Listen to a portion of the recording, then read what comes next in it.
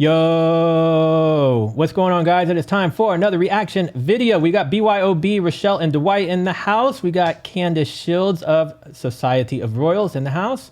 If you guys didn't watch the two previous videos we reacted to Hyren as well as Suicide. So this is the third one we're doing. They're here to film a podcast episode, so make sure to check out the podcast episode too. It's called Don't Do It. Don't do it. And it is about the topic of everything we're watching in this video. So that's why we're watching these videos ahead of the podcast episode. So the podcast is going to be dealing with Suicide, AKA Don't Do It. So you guys ready to check out for Joe? Let's do it. Let's do All right. For Joe. Breathe.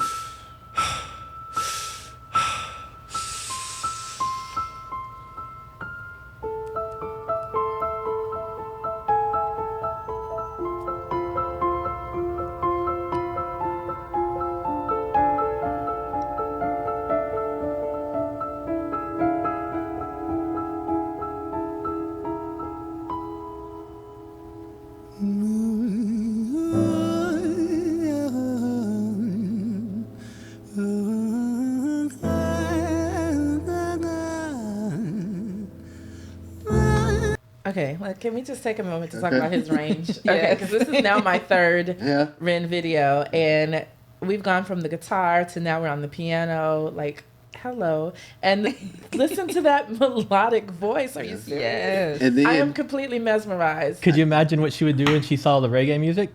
Oh, wait, he does reggae music? Shut up! That's what I'm talking about. The range on this, Ren is completely talented. Yes, I love that. I love a multifaceted artist. Like, yep. That's actually how I usually tell people. I was like, I'd say he's a multifaceted musician. That's how I like when I reach out to people to come book and do the reactions. I say there's a freestyle rapper that's arguably the best at it, and there's another musician. It's a multifaceted musician, and he can't really put him in a category. Yeah. And you just said it. I'm blown away. Like, totally has gained a fan in me today. I'm telling you. And I like his backgrounds, the skyline, his green screens, the lamp of the bottle right there. That ain't a green screen. He's actually performing there. Oh, see, I like it. Where's this at, Melvin? Somebody told me it's obviously on the outskirts of I don't know what city, but it's they're rooftop or on the top of a parking garage or something like that. Okay. I would have to go back and look because when I did the reaction to this, somebody commented with the exact location. There's a dome in the background, so I'm sure if you see what dome that is, you'd be able to this little find steeple here. Yeah, I don't want to. Nice skyline. You guys tell us in the comments. Remind me again where this is. My apologies for not remembering. It's beautiful space. Yeah. It's deep.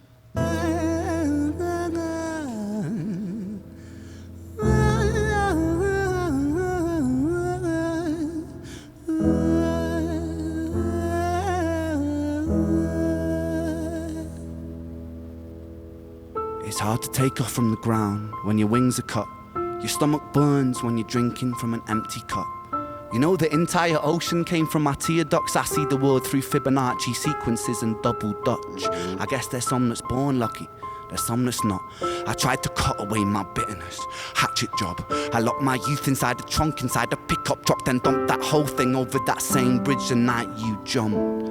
I think about that sometimes, vividly. What it felt like to look down and see tranquility. One sudden movement in a world of possibility. Only one movement to expose our fragility. I'm just now realizing this is the same as what was at the end of the last one. Yep. I can't remember though if he adds more or not, because I didn't realize that the first time I watched it, because I didn't do them back to back. Yeah, I noticed that too. Yes, exact same lyrics. Yep. Sudden movement in a world of possibility. Only one movement to expose our fragility. I fucking miss you, and I miss myself. I miss thinking we were indestructible as hell. I miss chilling by the pier cave and kicking back with Callum, Hugo, Justin, Sega, Stevie and the fucking lads. I miss missing that. I numb myself to close the gap. I never even call them up. Distance is my plaster cast, to tell the truth. The day you jumped, my childhood jumped too. But I still can't find the anger. All I find is missing you, man, I miss you. With all my rhymes, I picture running 5 minutes quicker, I'm right on time. I picture pulling you back over the edge and then we're crying and holding you my... His friend jumped. Yeah, from a bridge, yeah. And Didn't he say in the other one they didn't find the body? Yeah, they never found the body. I can't remember if he got the phone call directly or if the person that was Joe called somebody else and then that person relayed the info to Ren. But as soon as Ren found out, he tried to get there as quickly as he could, but unfortunately had already jumped. And yeah, they never located the body. Wow. The money he's been raising for his treatment, because he had a GoFundMe, he donated, I believe it was $21,000 to the local search team that tried to find his body because they're volunteers. So that was his way of kind of giving back, and he did it in tribute to Joe and also for Joe's parents. Wow. So, yeah. Brother, and telling you that it's fine, not the way that it worked. I was late like a jerk. There's not a day where I can find a way to break from the hurt. Your body missing, so we never got to wave to the hearse. I hope you're listening. I love you, man. I miss you, absurd. Fuck.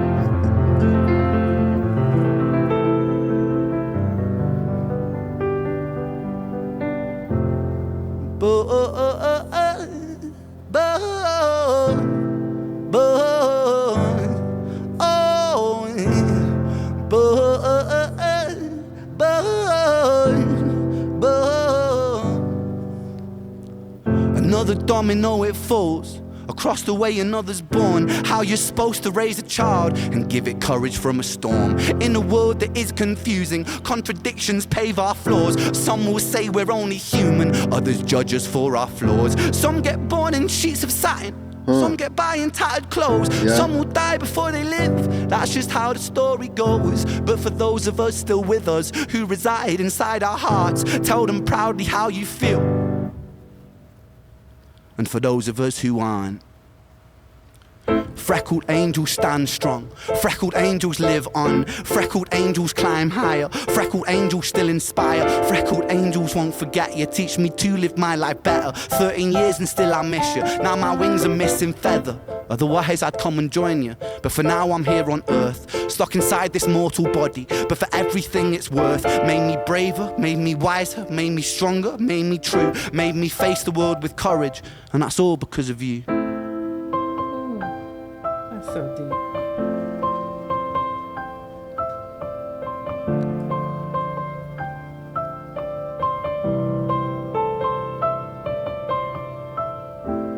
Freckled angels laugh the hardest, and their hearts, they are the largest. With their wings, they fly the farthest.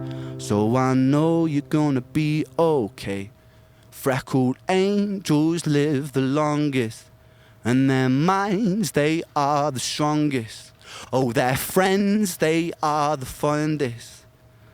So I know you're gonna be okay. Wow. Wow, Ren. That got me in the feels. So, a couple of things to explain. He has a album and a song titled "Freckled Angels." Let me see if it's in releases. I think. Yeah. So this album, and I think there's a track called "Freckled Angels." That's a picture of Joe there on the album cover. Those freckles. So he refers to Joe as his freckled angel. God, I see it. Wow. Because when I did some of the songs from this, there's no music video. It's just the audio. Yeah. And so I asked basically, does anybody know what who the picture is? And they're like, that's Joe, and that's where the term freckled angels comes from. So Wow. Wow. He left me speechless with this one. Like, he left me absolutely. I saw your face. You look like you're about to cry over there. I was like, here's the Kleenex, Rochelle. Yeah. Yeah, it took me on an emotional roller coaster with this one because I had like a lot of different emotions and feelings watching this. But he's so positive in every situation that he's been through. He knows how to express himself on a whole different level. Look, I'm lost for words. Like, Yeah. he knows how to really express himself on a whole different level, and he knows how to show people, yeah, I've been through that, but I'm here now and I'm explaining it to you, and I'm not I feel more comfortable talking about it. Maybe I don't know if he feels more comfortable talking about it right now, but through his music, he's definitely getting the message across. Yep. Wow. I'm speechless. All right, Ren. I agree. That one was deep on a lot of levels because it is an expression of his pain, right? But it's also when you listen to it and you think about it, freckled angels, I see the physical picture of Joe who is freckled. But when you think about freckles back before, not now people put freckles on when they don't even have them. Yeah. But it used to be considered a flaw. And when you think of flawed angels, they live the longest, they laugh the hardest. You know, like when you think about that, it's basically we are all flawed, right? So you have those people we consider angels on earth, right? That are there to help encourage and inspire and to motivate you. And he is one of them. Yes. I mean, think about it. Think about his struggle and what he's going through and how he takes that to say that I'm still here. So I still serve a purpose and this is my purpose and I'm going to deliver it to you the only way I know how, you know, and I commend him totally for that. At such a young age, he's been through so much, in my opinion. Like, just listening to like the few songs that we've listened to and like the reaction videos that we've done in the past, you can see like how much he's actually been through, and he keeps going. He doesn't give up. He's still like.